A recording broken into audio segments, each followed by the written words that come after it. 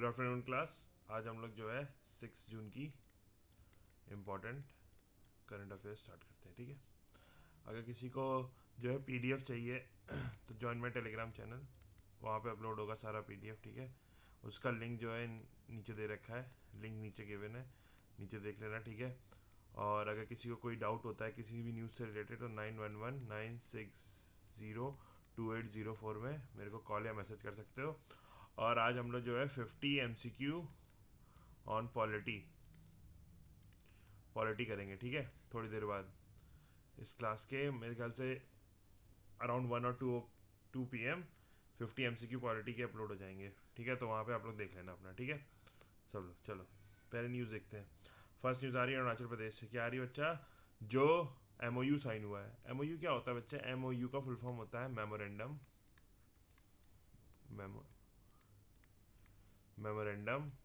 Of understanding. Memorandum of understanding कह सकते हैं इसका एग्रीमेंट, एक एग्रीमेंट होता है। तो बच्चे memorandum of understanding MOU sign हुआ है किसके बीच में बच्चा? अरुणाचल प्रदेश हॉर्टिकल्चर डिपार्टमेंट की, ठीक है। अरुणाचल प्रदेश हॉर्टिकल्चर डिपार्टमेंट और Himalayan bioresource technology IHBT, institute of Himalayan bioresource technology Himachal Pradesh, इन दोनों के बीच में ये मेमोरेंडम ऑफ अंडरस्टैंडिंग साइन हुआ। हॉर्टिकल्चर बच्चा रिलेटेड टू किससे होता है? रिलेटेड टू वेजिटेबल्स, वेजिटेबल से रिलेटेड होता है। हॉर्टिकल्चर फील्ड किससे रिलेटेड है? रिलेटेड टू वेजिटेबल्स, ठीक है। तो ये हमारा पहली न्यूज़ है। क्या न्यूज़ है? मेमोरेंडम ऑफ अंडरस्टैंडिंग साइन हुई है किसके बीच में? अरुणाचल प्रदेश हॉर्टिकल्चर डिपार्टमेंट और institute of Himalayan bio resource technology Himachal Pradesh के बीच में, ठीक है। ये एक यूनिवर्सिटी है, इट इज़ अ यूनिवर्सिटी, ठीक है। क्यों? अब ये क्यों योग्य हो सकता है भाई? अरुणाचल प्रदेश जो हॉर्टिकल्चर डिपार्टमेंट है उसको जो है कैसे वेजिटेबल का प्रोड्यूस बढ़ाएं, कैसे उनको जो है बैक्टीरिया या पैरासाइट या जो उसमें कीड़े लगते हैं उनसे बचाएं, इस चक्कर से ये मेमोरेंडम ऑफ अंडरस्टैंडिंग साइन किया गया होगा। अच्छा बच्चे ये देखो, ये इंपॉर्टेंट पॉइंट है, ठीक है। देखो, sericulture is related to silk, apiculture honey, pisciculture fish, vermiculture earthworm, horticulture fruit vegetables flower, aviculture birds, viniculture grapes, moriculture mulberry cultivation for silk industry, ठीक है। सेरिकल्चर इज अलग, सेरिकल्चर और मोरिकल्चर लगभग लगभग सेम है। देखो बच्चा, सेरिकल्चर में क्या होता है? सेरिकल्चर में सिल्क वॉर्म, ठीक है। सिल्क वॉर्म को कैसे कुकून होगा फिर उससे रेयरिंग करेंगे। And moriculture is mulberry plantation. Silk worm कौन सी लीव्स खाता है? मलबरी लीव्स, ठीक है। मलबरी लीव्स खाता है कौन? सिल्क वॉर्म, ठीक है। फर्स्ट न्यूज़ क्लियर है। चलो न्यूज़ नंबर 2। क्या एक पेड़ माँ के नाम? बच्चा ये एक स्कीम थी, किसकी स्कीम थी? गवर्नमेंट ऑफ इंडिया की, ठीक है। किस कब लॉन्च हुई थी? इट वॉज लॉन्च इन 2004, तो sorry 2024 by PM Narendra Modi on world environment day. अभी वर्ल्ड इन्वायरमेंट डे हम लोगों ने पढ़ा था ना लास्ट क्लास में, वर्ल्ड इन्वायरमेंट डे हुआ था, तो उसी स्कीम उसके रिलेटेड एक स्कीम थी, एक पेड़ माँ के नाम, ठीक है। 2024 में लॉन्च हुआ, ठीक है। इसमें बच्चा जो उत्तर प्रदेश था उसने सबसे ज़्यादा पेड़ लगाए, 50 million tree was planted by Uttar Pradesh, ठीक है। इट वॉज प्लांटेड इन, यहाँ पे बच्चा ये पता नहीं प्रिंटिंग मिस्टेक हो गई, इट इज़ प्लांटेड इन 2026। 2026 में सबसे ज़्यादा पेड़ यूपी ने लगाए। लिख लो यहाँ पे उत्तर प्रदेश 50 मिलियन सैपलिंग इन 2026। बच्चा यहाँ 2020 हो गया, my fault, I am really sorry. यहाँ पे 2026 कर लो सब लोग, ठीक है। क्लियर करो इसको, ठीक है। तो क्या था? एक पेड़ माँ के नाम स्कीम किसकी है? कब लॉन्च हुई? 2024 में। किसने लॉन्च करी? PM नरेंद्र मोदी में। किस ओकेजन पे? On the occasion of world environment day, ठीक है। क्लियर है। इसमें उत्तर प्रदेश ने 50 मिलियन ट्रीज लगाए। कब लगाए? 2026 में। चलो फिर बच्चा एक इंपॉर्टेंट न्यूज़ और आ रही है, जयप्रकाश नारायण बर्ड सेंचुरी। देखो बच्चा मैं बता रहा हूँ, जय ये लिखा हुआ है यहाँ पे, Jayaprakash Narayan bird sanctuary Ballia UP. बच्चा ये जो है क्या बन गई है? 100th रामसर साइट बन गई है। कौन सी रामसर, कितने नंबर की रामसर साइट बन गई है? 100th रामसर साइट बन गई बच्चा, ठीक है। 100th रामसर साइट, ठीक है। बच्चा अब देखो रामसर साइट्स क्या होती हैं। देखो बच्चा, रामसर साइट वो साइट्स होती हैं जिनमें जो है वेटलैंड, आ गया तुम्हारा, और क्या आ गया, कोई रिवर आ गई, कोई मार्शी लैंड आ गया, कोई पीट लैंड आ गया, कोई मैनग्रोव्स आ गया, कोई कोरल्स आ गए। इस टाइप की साइट्स को जो है रामसर के अंदर रखते हैं। रामसर बच्चे एक जगह है, कहाँ पे बच्चे, ईरान में। It is a place in Iran. वहाँ पर बच्चा 1971 में जितने भी वर्ल्ड की अलग अलग कंट्रीज थी, सब ने मिलकर ये एक ऑर्गेनाइजेशन फॉर्म करी, एक ट्रीटी साइन करी, एक ऑर्गेनाइजेशन फॉर्म हुई जिसका नाम था रामसर। रामसर, ठीक है बच्चा, रामसर साइट। इसमें कई सारी साइट्स है। अब क्या होता है, जैसे मान लो कुछ ये वाटर वाली साइट्स है, वेटलैंड एरिया है, इसको जो है रामसर का स्टेटस मिल गया, रामसर साइट का स्टेटस मिल गया। अब क्या होगा, अब बच्चा जो लोकल गवर्नमेंट है वो इस पर कोई कंस्ट्रक्शन नहीं कर सकती है। नहीं तो क्या होता था बच्चा, वेटलैंड में क्या करते थे लोग, उसमें यहाँ पे से ये एरिया पानी का है, ये लैंड है, वेट है, लैंड, ऐसे करके। तो बच्चा वो इस एरिया में खूब सारी क्या, मड मड फिलिंग कर देते थे, मिट्टी डाल देते थे। मिट्टी डालने से क्या होगा, पूरा लैंड हो जाएगा।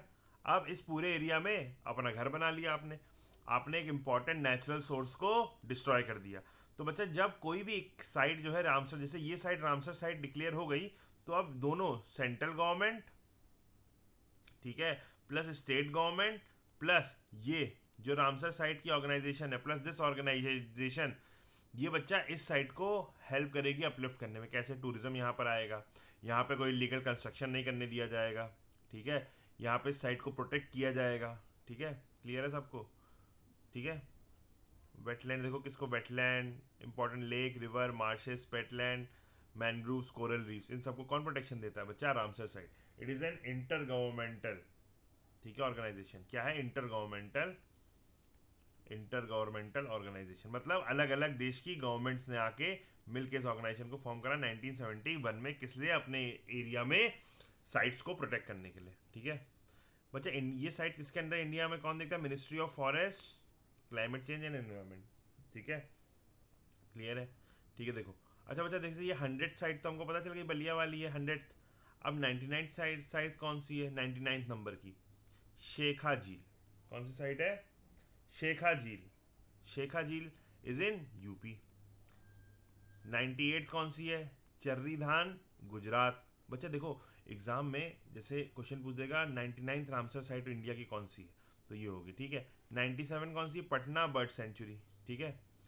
अब इसमें एक दो पॉइंट, ये बच्चा ये वाले पॉइंट ना स्टैटिक के इंपॉर्टेंट होते हैं, ठीक है। अब देखो इसमें ये पॉइंट इंपॉर्टेंट है, Tamil Nadu has the highest number of Ramsar site in India, ठीक है। लार्जेस्ट रामसर साइट कौन सी है, सुंदरबन। कहाँ पर है बच्चे, वेस्ट बंगाल में। Sundarban is the largest site, ठीक है। चिलिका लेक फर्स्ट साइट थी, ओल्डेस्ट साइट इन इंडिया, सबसे पहली first Ramsar site in India कौन सी थी, चिलिका लेक, चिलिका लेक, ठीक है। और देखो इंडिया में सबसे ज़्यादा, साउथ ईस्ट एशिया में सबसे ज़्यादा रामसर साइट किस कंट्री के पास है, इंडिया के पास। साउथ ईस्ट एशिया समझ गया ना, इंडिया का मैप, या इसे ये वाले पूरा रीजन, ये पूरा एक रीजन, ठीक है। इसमें सबसे ज़्यादा रामसर साइट किस कंट्री पे है, दैट इज़ इंडिया। इंडिया के पास सबसे ज़्यादा रामसर साइट है, 1971 में फॉर्म हुई, क्लियर है। ये देखो बच्चा, ये क्या है, एक इंपॉर्टेंट और न्यूज़ क्वेश्चन। हम न्यूज़ कौन सी, I think news number 4, news number 4 है। एक सेकंड बच्चा, हाँ, क्या कह रहा है, India 7th regional meteorological centre कहाँ पे, लोकेशन में कौन पे ओपन हुआ, जम्मू एंड कश्मीर। किसने लॉन्च करा, जितेंद्र सिंह ने, जितेंद्र सिंह, ठीक है बच्चा। देखो क्या है, रीजनल मीटियोलॉजिकल सेंटर क्या होता है बच्चा, ये आपको जैसे वेदर फोरकास्ट के बारे में बताता है कि भाई अभी क्या वेदर होगा। तो ये कितना है, 7th रीजनल इंस्टीट्यूट है। इससे पहले 6 और ओपन हो चुके हैं, ठीक है, दिस इज द 7th, ठीक है। क्या करता है, provide specialise weather forecasting provide करेगा service for Himalayan region, Jammu Kashmir region में। Issue disaster warning, flood, landslide, extreme weather events. भाई क्या होता है, बादल फटते हैं ना पहाड़ी एरिया में, बहुत सारी लैंडस्लाइड होती है, तो उसके लिए इंपॉर्टेंट है। Climate support, agriculture, weather advisories की कब, जैसे वो कब एकदम से वेदर जो है ड्रॉप हो रहा है, जैसे सर्दियों में क्या होता है, बिलो ज़ीरो टेम्परेचर फॉर्म हो जाता है, जिसको हम लोग फ्रॉस्ट कहते हैं। उसमें क्या होता है, उसमें क्रॉप्स ख़राब हो जाती हैं। तो disaster preparedness Jammu and Kashmir की। ये सपोर्ट टूरिज्म क्या सपोर्ट होगा भाई, ये पहले वार्निंग डिक्लेयर कर देगा कि आज कश्मीर में बहुत ज़्यादा बर्फ़ पड़ने वाली है, तो क्या होगा, टूरिस्ट लोग को जैसे दिखाते हैं ना, कई सारे पहाड़ी एरिया में ऐसे ऐसे रोडों में टूरिस्ट फंस जाते हैं, बर्फ़ गिर रही होती है, तो ये चीज़ ये सेंटर पहले से प्रिडिक्ट कर देगा। ठीक है, तो क्या होगा, टूरिस्ट वहाँ पे जाएंगे नहीं, डिफेंस को मूवमेंट में आसानी होगी, फ्लाइट में दिक्कत नहीं होगी। ठीक है, क्लियर है क्यों इंपॉर्टेंट है ये। चलो फिर बच्चा ये न्यूज़ देखो, क्या है, नमो ऑक्सीजन पार्क। ठीक है बच्चा, जो है नमो ऑक्सीजन पार्क जो है, ये यूनियन इन्वायरमेंट मिनिस्टर ने लॉन्च करे 18 नमो ऑक्सीजन पार्क। 18 पार्क लॉन्च कर रहे हैं किसमें, कहाँ पे, इन दिल्ली में union environment minister Bhupendra Yadav ने, भूपेंद्र अंकल ने लॉन्च करे हैं कहाँ पे, 18 नमो ऑक्सीजन पार्क दिल्ली में। ठीक है, ये बच्चा क्या करे भाई, एयर क्वालिटी इंप्रूव करेगा, दिल्ली की एयर क्वालिटी सबसे वर्स्ट है। ठीक है, ट्री कवर बढ़ाएगा, गर्मी बहुत है दिल्ली में, क्यों हो रही है, क्योंकि भाई वहाँ पे पेड़ है ही नहीं, सबने बिल्डिंग बड़ी बड़ी बना दी, अब वहाँ पे पेड़ तो है ही नहीं, तो आप कैसे सर्वाइव करोगे, ऑक्सीजन तो आपको पेड़ ही देते हैं। ठीक है, इससे oxygen rich environment in cities for resident. ठीक है, बस इतना सा है कि नमो ऑक्सीजन पार्क कहाँ लॉन्च हुआ, it is launch in Delhi. किसने लॉन्च करा है बताओ, भूपेंद्र यादव। कौन है ये, इन्वायरमेंट मिनिस्टर है। ठीक है, नमो ऑक्सीजन पार्क कितने लॉन्च हुए, 18 लॉन्च हुए। ठीक है, क्लियर है क्यों भाई, जाहिर सी बात है, इन्वायरमेंट सही करने के लिए। ठीक है बच्चा, फिर एक न्यूज़ और आती है, नेशनल ग्रीन ट्रिब्यूनल। बच्चा ये एक स्टैटिक पॉइंट है, ये एग्जाम में काफ़ी पूछा जाता है, नेशनल ग्रीन ट्रिब्यूनल। बच्चा एनजीटी, ये क्या होता है, जैसे देखो बच्चों, एक होती है हम लोग की कोर्ट होती है, एक होती है सुप्रीम कोर्ट, हाई कोर्ट और सिविल कोर्ट। ठीक है बच्चा, यहाँ पे एक ये कोर्ट्स होती है प्रॉपर, अगर आपके सिविल डिस्प्यूट, क्रिमिनल केस है, और प्रॉपर्टी सिविल तो ये आ गया, उसमें ऐसे कोई भी केस होता है तो आप जाएगा यहाँ जाते हो। अब बच्चा इसके अलावा जो है कई सारी ट्रिब्यूनल्स होती है, जैसे कैट, सेंटर एडमिनिस्ट्रेटिव ट्रिब्यूनल, जो इंसान सेंट्रल गवर्नमेंट सर्विसेज में है उसका केस यहाँ पे पेंडिंग होगा। फिर SAT SAT, state administrative tribunal, जो स्टेट गवर्नमेंट में काम कर रहे हैं, जैसे मान लो अरुणाचल स्टेट में पापा मम्मी काम कर रहे हैं, उनके साथ कुछ गलत हुआ ऑफिस में, उनकी सैलरी नहीं आई 3 महीने की, तो वो कहाँ जाएंगे केस करने, एसएटी में, सेंट्रल एडमिनिस्ट्रेटिव ट्रिब्यूनल स्टेट। ऐसे ही बच्चा एक ट्रिब्यूनल होता है, वन ऑफ द ट्रिब्यूनल में, उसमें एनजीटी कहते हैं। इस ट्रिब्यूनल का काम है नेशनल ग्रीन ट्रिब्यूनल। बच्चा देखो, आर्टिकल 21 क्या कहता है, राइट टू लाइफ है, पर जो बच्चे मुझसे पढ़े हैं मैंने उन लोगों को पहले बता रखा है कि सिर्फ लाइफ नहीं है बच्चे, ये राइट टू प्राइवेसी है, क्लीन एयर है, क्लीन वाटर है, क्लीन इन्वायरमेंट है, ऐसे बहुत सारे राइट किस में आ जाते हैं, आर्टिकल 21 में। आर्टिकल 21 देखने में तो लगता है कि सिर्फ एक राइट है, नहीं, पर ऐसा नहीं बच्चा, आर्टिकल 21 में एन नंबर ऑफ राइट है। तुम कुछ भी सुनो, तुम आर्टिकल 21 अगर पूरे कॉन्स्टिट्यूशन में सारे आर्टिकल हटा दिए जाएं और तुमको बोला जाए सिर्फ एक आर्टिकल, आर्टिकल 21 दिख रहा है, तो तुम इससे सारे राइट निकाल सकते हो। कैसे, ये क्या है बच्चा, राइट टू लाइफ है। अब देखो आर्टिकल 14 कैसे डिराइव होगा, आर्टिकल 14 क्या है, इससे रिलेटेड है। क्यों, क्योंकि भाई कुछ भी चीज़ होगी वो आपकी राइट टू लाइफ के लिए इंपॉर्टेंट है कि नहीं है। ऐसे ही इसी आर्टिकल 21 में right to clean environment, clean air, fresh drinking water, right to privacy, right to a dignified life. अब आर्टिकल 21 कहता है right to dignified life, right to dignified, DIG, dignified life मतलब इज्जत वाली जिंदगी। जैसे एथुनीशिया करके, कभी आगे न्यूज़ में आएगा, बच्चों को पढ़ाऊंगा, थोड़ा सा हो सकता है कई लोग को समझ में ना आए। एथुनीशिया, एथुनीशिया बच्चे, एथुनीशिया क्या होता है ना बच्चे, कि जैसे कभी भी जब बॉडी वेजिटेटिव स्टेट में आ जाती है तो फॉरेन में रूल है कि आप उसको प्लग खींच के आईसीयू से सपोर्ट से हटा के इंसान को मार सकते हो, पर इंडिया में ऐसा नहीं था। तो इंडिया में क्या हुआ, इंडिया में केस चला, फिर उस केस से क्या आया, राइट टू डिग्निफाइड लाइफ।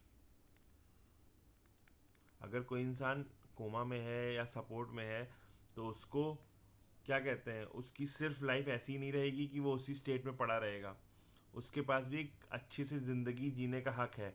तो अब जब वो जी तो पा नहीं रहा, उसका ब्रेन डेड हो चुका है, वो वहीं बेड पे लेटा हुआ है, ऐसे वहीं पे वो पॉटी कर रहा है, सुसु कर रहा है, वहीं पे उसको ड्रिप चढ़ रही है, तो उसकी लाइफ डिग्निफाइड नहीं रही, वो किसी और पे डिपेंडेंट हो गया। इस केसेस में पैसिव यूथनेशिया इंडिया में अलाउड है, एक्टिव नहीं अलाउड है बच्चा। जैसे जो तुम्हारी नॉर्डिक कंट्रीज है वहाँ पे एक्टिव यूथनेशिया अलाउड है, अगर किसी को नहीं पसंद है, जीने का मन नहीं कर रहा है, तो ही कैन गो और वो अपना कर सकता है। ठीक है, मैं वो टर्म बोलूँगा नहीं तो वीडियो यूट्यूब रोक देगा। ठीक है, पर इंडिया में क्या है, एथनीशिया क्या है, पैसिव, पैसिव एथनीशिया है बच्चे। पैसिव पैसिव एथनीशिया में क्या होता है कि आपको कोमा में होना या ब्रेन डेड हो गया आपका, इस टाइप की सिचुएशन होगी, तभी आपको वो चीज़ अलाउ की जाएगी। तो बस इतना याद रखो भी तुम लोग एथोनेशिया से कि पैसिव एथोनेशिया इज अलाउड, और आर्टिकल 21 बोलता है डिग्निफाइड लाइफ। बाकी कभी एथोनेशिया का टॉपिक करंट अफेयर्स में आता रहता है, तो मैं उसमें तुम लोग को और डिटेल में पढ़ाऊंगा, अभी ज़रूरत नहीं है। अभी तुम लोग ये ध्यान रखो, देखो एनजीटी देखो, नेशनल ग्रीन ट्रिब्यूनल कब इस्टेब्लिश हुआ? 2010 में। क्या बच्चे? जुडिशियल बॉडी है, ठीक है, फॉर इन्वायरमेंटल डिस्प्यूट। किसके लिए डिस्प्यूट है? इन्वायरमेंटल। कैट किसका डिस्प्यूट था? सेंट्रल गवर्नमेंट एम्प्लॉय का। SAT state government. ऐसे ही एनजीटी किसका है? इन्वायरमेंटल डिस्प्यूट्स की बॉडी बनी है। किस आर्टिकल के थ्रू बनी है? 21, क्योंकि इसमें क्या बोला गया? Right to healthy environment. अब राइट टू हेल्दी इन्वायरमेंट बोला गया है तो इसके अंदर है, ठीक है। अब इसमें बच्चा एक इंपॉर्टेंट चीज आपको बहुत अच्छी है ये, कि India is the third country after Australia and New Zealand to have such a body. मतलब पूरे वर्ल्ड में सिर्फ 3 country, first country is Australia जिसके पास एनजीटी टाइप की ऑर्गेनाइजेशन है, then New Zealand, and third is India. ये तो बहुत अच्छी बात है, पर बच्चा ये है कि ये ऑर्गेनाइजेशन बहुत स्ट्रांग है। इसने जो है मना किया था कि जगह जगह पे जैसे लोग कूड़ा नहीं जलाएंगे, ये नहीं करेंगे, वो नहीं करेंगे, अगर आपको इशू है तो आप इन पे कंप्लेन कर सकते हो। पर बच्चा ये चीज़ ना सिर्फ ये पेपर में स्ट्रांग है, बच्चा पेपर में स्ट्रांग है बस, बाकी ये this organisation is not at all strong. अब बच्चा देखो, जो इसमें इसकी बेंच कहाँ पर है? न्यू दिल्ली पे। मेन बेंच न्यू दिल्ली पर है, बाकी अलग अलग रीजनल बेंचेस हैं, ठीक है। इसका जो चेयरपर्सन होता है, जो इसका हेड होगा, हेड वो चेयरमैन होगा। उस कौन होता है बच्चा? तो रिटायर्ड जज ऑफ सुप्रीम कोर्ट होता है या chief justice of high court. Chief justice of high court होगा। ये दोनों लोग ही इस एनजीटी के चेयरमैन हो सकते हैं, ठीक है। क्लियर है? चलो हम लोग नेक्स्ट न्यूज़ पे आते हैं। क्या हुआ बच्चा? ये न्यूज़ नंबर आई थिंक 6 है ना, ठीक है। ये आ रही है रिजर्व बैंक ऑफ इंडिया से। रिजर्व बैंक ऑफ इंडिया ने बच्चा रेपो रेट को 6.5 पे ही रखा हुआ है, ठीक है। देखो अब सुनो, रेपो रेट क्या होता है बच्चा? जिस रेट पे आरबीआई बैंक्स को लोन देता है शॉर्ट टाइम पीरियड के लिए, ठीक है, शॉर्ट टर्म पीरियड के लिए, उसको क्या कहते हैं? रेपो रेट, ठीक है। अब देखो इसका क्या होता है, अगर सुनना मेरी बात, अगर आरबीआई देखो रेपो रेट से कैसे चीज करती है, अगर आरबीआई ने रेपो रेट इंक्रीज कर दिया तो क्या होगा? लोन कॉस्टली हो जाएगा, लोन महंगा हो जाएगा। अब लोन महंगा होने से क्या करेंगे? लोग कम लोन लेंगे। जब कम लोन लेंगे तो मार्केट में मनी कम आएगा। जब कम आएगा मनी तो लोग खर्चा कम करेंगे। इससे क्या होगा? इन्फ्लेशन कम हो जाएगा, ठीक। फिर रेपो रेट को अगर आरबीआई ने कम कर दिया तो लोन लोग ज़्यादा लेने लगेंगे, मनी मनी जो है मार्केट में ज़्यादा आने लगेगा, लोग खर्चा करने ज़्यादा लगेंगे। जब लोग ज़्यादा खर्चा करेंगे तो क्या होगा? इन्फ्लेशन बढ़ेगा, बढ़ेगा, क्योंकि डिमांड भी तो इंक्रीज कर रही है, तो डिमांड भी इंक्रीज करी, इन्फ्लेशन भी इंक्रीज करा। तो बच्चा इससे क्या होता है? आरबीआई क्या कंट्रोल करता है रेपो रेट चेंज करने से? इट कंट्रोल्स द इन्फ्लेशन, ठीक है। आरबीआई का टारगेट क्या है फॉर इन्फ्लेशन? 4% ±2, या तो 6% रखो, ठीक है, कितना? +2 कितना हुआ? 6, या 2%। 2% और 6% के बीच में क्या होना चाहिए? Inflation rate. किसके गाइडलाइन है? आरबीआई की गाइडलाइन है, ठीक है। क्लियर है? देखो जीडीपी ग्रोथ 25-26 के लिए कितनी बोली गई है? 7.7%, ठीक है। ये तो इतना क्लियर हो गया ना तुम लोग को। और रेपो रेट क्लियर हुआ, कैसे कंट्रोल होता है इन्फ्लेशन? मेरे ख्याल से तो क्लियर हो जाना चाहिए। तब तक नहीं होगा तो पूछना, मैं फिर से बता दूंगा, नो इश्यूज, ठीक है। अब बच्चा जो मेन ये चीज़ है कि तुम ये जानो, देखो हम लोग के में कितने मंथ्स होते हैं? 12 मंथ्स होते हैं। तो बच्चा हम लोग के जो है मंथ को क्वार्टर में डिवाइड किया जाता है, 2 3 4 4 क्वार्टर होते हैं, ठीक है, ठीक है, 4 क्वार्टर होते हैं, ठीक। तो अभी क्या हुआ है कि अभी जो है फोर्थ क्वार्टर में, जो 2025-26 का फोर्थ क्वार्टर था, ये देखो ये हो गया, ठीक ठीक ठीक ठीक ठीक। देखो GDP rate growth for 25-26 is estimated at 7.7%। देखो जैसे फाइनेंशियल ईयर 25-26 बोला, तो ये किसकी बात है बच्चा? मार्च में फाइनेंशियल ईयर खत्म होता है, तो ये 25-26 मार्च तक की बात है। अब अप्रैल मई जून जुलाई ये नया फाइनेंशियल ईयर यहाँ से शुरू हो गया, ठीक है। तो पुराने मतलब पिछले साल, तो उसको 25-26 में कितनी अभी अभी एक्चुअल जीडीपी ग्रोथ आई नहीं है, पर कितनी एस्टिमेट की जा रही है? 7.7%। How much it is estimated at? 7.7%। GDP growth of financial year 25-26 is estimated at 7.7%। किसने कहा? Ministry of statistics and programme implementation ने, ठीक है। क्वार्टर फोर, बच्चा देखो क्वार्टर फोर में कितनी आ गई? 7.8%। 4 क्वार्टर बताए थे ना, तो पिछले साल का जो फोर्थ क्वार्टर था उसमें जीडीपी कितनी हो गई? 7.8%। ठीक है, क्लियर है? कुछ नहीं। अब रुको, तुम लोग को जीडीपी का वो दिखाते हैं, जीडीपी का फॉर्मूला, ठीक है, कैसे है। एक सेकंड रुकना, एक सेकंड बच्चा। देखो जीडीपी का फॉर्मूला देखो, ये क्लियर हुआ? देखो जीडीपी कैसे कैलकुलेट करते हैं भाई। जीडीपी को कैलकुलेट करने के लिए जो सबसे ज़्यादा यूज होने वाला मेथड है, that is the expenditure method. Expenditure method, ठीक है बच्चा। इस मेथड में क्या करता है कि जीडीपी होती है कैसे? Total consumption plus investment plus government expenditure plus export minus import. ये बच्चा जीडीपी कैलकुलेशन का मेथड है, इससे जीडीपी कैलकुलेट होती है, ठीक है। ठीक, अभी रिसेंटली आरबीआई का नया डाटा है, देखो आरबीआई का नया डाटा है। आरबीआई ने क्या कहा है? फाइनेंशियल ईयर 26-27 में जीडीपी कितनी होगी? 6.6%। क्लियर है यहाँ पे? 6.6% कब जीडीपी होगी? 26-27 में। अब देखो 23 फाइनेंशियल ईयर 23 में कितनी जीडीपी थी? 7.2। जब हम लोग फाइनेंशियल ईयर 23 बोलते हैं बच्चा, तो इट इज़ 22-23, ठीक है।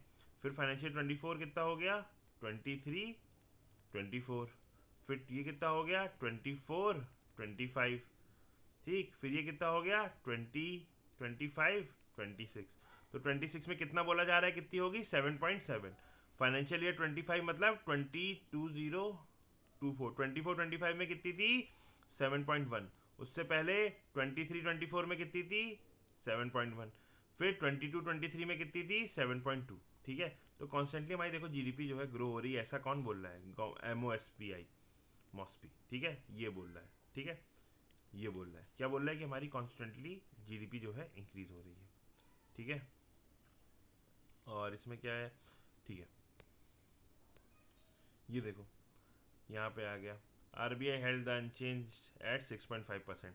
एग्जाम में क्वेश्चन आ सकता है करेंट रेपो रेट कितनी है, तो 6.5%, ठीक है। RBI short term loan commercial banks, देखो द मॉनिटरी, अच्छा बच्चा ये देखो द मॉनिटरी पॉलिसी कमेटी, ये एक इंपॉर्टेंट कमेटी बच्चा। ये जो है 2016 में बनी है। 2016 में कमेटी बनी है क्या? मॉनिटरी पॉलिसी कमेटी बच्चा।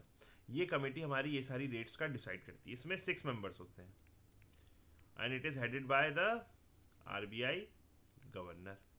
देखो इसमें 3 मेंबर होते हैं फ्रॉम गवर्नमेंट ऑफ इंडिया और 3 मेंबर आर फ्रॉम आरबीआई, ठीक है। 2026 में बनी थी, ठीक। और ये जो तुम्हारी मॉनेटरी पॉलिसी कमेटी की मीटिंग होती है, ये एवरी 2 मंथ में एक बार होती है, ठीक है। मतलब इन एन ईयर कितनी बार मिलेगी? 6 बार। अच्छा, इसमें क्वेश्चन आया था बच्चा एक एग्जाम में, बैंक के मैंने दिया था, उसमें बोला था कि मिनिमम मॉनेटरी पॉलिसी कमेटी को कितनी बार मिलना चाहिए एटलीस्ट, तो 4 टाइम्स, ठीक है। मिनिमम 4 टाइम्स मिलना चाहिए, ठीक है, क्लियर है। ये बच्चा एक न्यूज़ और आई है, देखो एक किल स्विच मैकेनिज्म है, ये बच्चा अभी तक लॉन्च नहीं हुआ, इट इज़ इन प्रोग्रेस। तो रिजर्व बैंक ऑफ इंडिया कहना है कि हमारे देश में सबसे ज़्यादा ये फ्रॉड्स होते हैं, फाइनेंशियल फ्रॉड्स होते हैं। जैसे यूपीआई में आपको क्यूआर कोड दे देंगे और उसमें फ्रॉड हो जाएगा। तो जैसे अभी हमारी क्या है कि जैसे हम लोग के पेरेंट्स, उन लोग को इतने अच्छे से फ़ोन यूज़ करना नहीं आता है, ठीक है। हम लोग को तो बहुत अच्छे से आता है, उन लोग को नहीं आता, वो लोग कई बार क्या होता है बेवकूफ़ बन जाते हैं। देखो बनती तो हम लोग भी हैं, ऐसा नहीं है, पर पेरेंट्स और थोड़ा ओल्ड पीपल जो है ज़्यादा वर्नरेबल ज़्यादा है वो लोग। क्यों वर्नरेबल ज़्यादा है? क्योंकि भाई उन्होंने कभी एकदम से टच में नहीं रहा ना, हम लोग तो जब से हुए तब से हम लोगों ने फ़ोन चलाया। तो इसीलिए आरबीआई कह रहा है क्विल स्विच मैकेनिज्म कर देंगे कि अगर आपने इसको ऑप्ट कर लिया तो आपके फ़ोन से कोई भी पेमेंट होना बंद हो जाएगा। जैसे मान लो आप फ्रॉड में फंस गए, अब क्या करें, आपके फ़ोन से पैसा कट रहा है, एक बार 1000 कटा, फिर 1000 कटा, अब आपने कहा ये ट्रांजेक्शन आपके तो है नहीं, तो आपने किल स्विच मैकेनिज्म को ऑन कर दिया। ऑन करने से क्या होगा बच्चा, ये कोई भी पेमेंट आपके फ़ोन से नहीं होगा। इस टाइप का कोई मैकेनिज्म जो है आरबीआई अभी सोच रहा है, अभी आरबीआई ने ऐसा कंफर्म नहीं करा है, ठीक है। ये किस लिए होगा? फ्रॉड, साइबर थ्रेट, जो रिस्क होते हैं उसको करने के लिए, बैंकिंग इंफ्रास्ट्रक्चर को स्ट्रॉन्ग करने के लिए। ठीक है, क्लियर है। ये तो देखो मैंने ऊपर बता ही दिया सबको। देखो जीडीपी का formula, consumption, investment, government expenditure, export mine import का और कैलकुलेटेड बाय मॉस्पी। आरबीआई ने 26-27 में सिस्ता बोला है। ठीक है, ये सब तो ऊपर मैंने बता ही दिया। ठीक है, अब हाँ बच्चे ये इंपॉर्टेंट न्यूज़ है। बच्चा ये ग्रासलैंड है, it is in news, Banni grassland. बच्चा एक गुजरात में है, गुजरात में बच्चा है ग्रासलैंड। इसमें बोला जा रहा है ये कि यहाँ पर एक सोलर प्रोजेक्ट लगा रहा है। कौन लगा रहा है solar project? NPCI, national power corporation of India. तो कहा जा रहा है, जो पेपर द हिंदू में आया था कि इसमें जो है, सॉरी इंडियन एक्सप्रेस में आया था, इसमें बोला जा रहा है कि इससे जो है वहाँ पे जो और ऑर्गेनिजम्स हैं, मतलब जैसे एनिमल्स हैं, प्लांट है, उनको बड़ी दिक्कत होगी, क्योंकि ये एक इन्वायरमेंटल कंसर्न रेस कर रहा है। और इस पर देखते हैं क्या है पहले इसकी। तो ये न्यूज़ तो इतनी है बस, बाकी ये स्टैटिक पॉइंट देखते हैं। कहाँ पर है लोकेशन? नॉर्दर्न कच्छ डिस्ट्रिक्ट में। कच्छ डिस्ट्रिक्ट कहाँ पे? गुजरात पे। ठीक है बच्चे, यहाँ पे कई सारी पेस्टोरल कम्युनिटीज़ रहती। पेस्टोरल मीन्स जो गाय भैंस बकरियाँ ये सब को ऐसे चराती हैं। ठीक है, कौन कौन सी है? मालधारी, राबारीज, मुतवाज, जाट, मेघवाल्स। ठीक है, ये इन ग्रासलैंड पे डिपेंड करती है, क्योंकि इनका लाइवलीहुड डिपेंड है। कैसे? यहाँ पे गाय भैंसे चराते हैं लोग, फिर उनको बेचते हैं, उनका दूध बेचते हैं, इस टाइप से। ठीक है, फिर बच्चे यहाँ पे कई सारे स्पीशीज होती थे, Indian wolf, black buck, chinkara, इस टाइप की होती है। फिर बच्चे देखो यहाँ पर एक स्पीशीज है प्रोसोपिस जूलीफ्लोरा। ये बच्चा स्पीशीज यहाँ पे फाउंड होती है। कहाँ पे? बन्नी ग्रासलैंड में। और बच्चा it is N invasive species. ये लोग जो है ब्रिटिशर्स अपने साथ लेकर आए थे, ब्रिटिशर्स लेकर आए थे। और बच्चा इस स्पीशीज क्या करती है? ये स्पीशीज इन्वेजिव स्पीशीज मतलब क्या होता है बच्चा? वो स्पीशीज जो इस कंडीशन के लिए नहीं है, पर अगर यहाँ पे वो लग गई तो बहुत तेज ग्रो करेगी। तो कौन सी है? पोरोसोपिस जूलीफ्लोरा। ठीक है, ये यहाँ की स्पीसीज है। बन्नी ग्रासलैंड कहाँ का है बच्चे? गुजरात का है। और इसमें क्या क्या एनिमल्स होते हैं ये सब एक बार देख लेना, इम्पॉर्टेंट है। ठीक है, फिर देखो नेशनल ई विधान एप्लीकेशन, नीवा, नेशनल ई विधान एप्लीकेशन। बच्चा वेस्ट बंगाल जो है 33rd लेजिस्लेचर बन गया है जिसने नीवा को अडॉप्ट किया है। बच्चे इससे क्या है, ये विधानसभा को जो है डिजिटल कर देता है, पेपरलेस, पेपरलेस, पेपरलेस हो जाएगी क्या? विधानसभा। ठीक है, 32nd state was the Nagaland. ये बच्चा किस मिनिस्ट्री के अंदर आती है? मिनिस्ट्री ऑफ पार्लियामेंट्री अफेयर्स, जिसके मिनिस्टर कौन है? रिजिजू साहब है, किरण रिजिजू। ठीक है, नेवा का क्या एम्स है? मतलब नेशनल ई विधान एप्लीकेशन का क्या है? Transparency and efficiency in legislative process. बच्चा सारी चीज़ डिजिटल होंगी तो उसको कोई भी एक्सेस कर सकता है, हम और आप भी देख सकते हैं। तो इसीलिए 33rd स्टेट कौन बन गया? West Bengal. 32nd was Nagaland. चलो कमेंट में बच्चे यहाँ तक अगर आ गए हो तो लाइक शेयर और सब्सक्राइब कर दो प्लीज़, शेयर एंड सब्सक्राइब। ठीक है, और अगर यहाँ तक आ गए हो तो अब ये बताओ कि फर्स्ट विधानसभा कौन था जहाँ पे ये चीज़ इम्प्लीमेंट हुई, नीवा? ये मुझे सब लोग कमेंट कर दो। ठीक है, कमेंट। ठीक है, एक ऐप पेपरलेस फंक्शनिंग को स्टेट लेजिस्लेचर की लाएगा। It is a digital India programme के अंडर है ये। ठीक है, नेशनल ई विधान एप्लीकेशन। ठीक है, और बच्चों ये तो देखो बढ़िया न्यूज़ है। क्या होगा? फीफा वर्ल्ड कप 2026 होने वाला है। कहाँ होने वाला है? Jointly USA, Mexico and Canada.